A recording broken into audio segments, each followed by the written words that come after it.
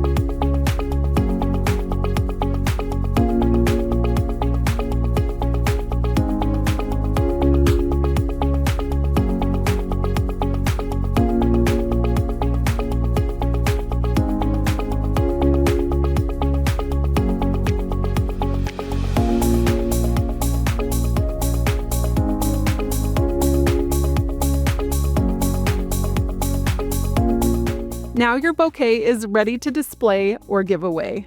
If you liked crafting with the kit today, we have more kits to choose from. Just go to our online store to see the full selection. Click Shop Products and then Kits Collection to choose your next creative experience. Until next time, enjoy!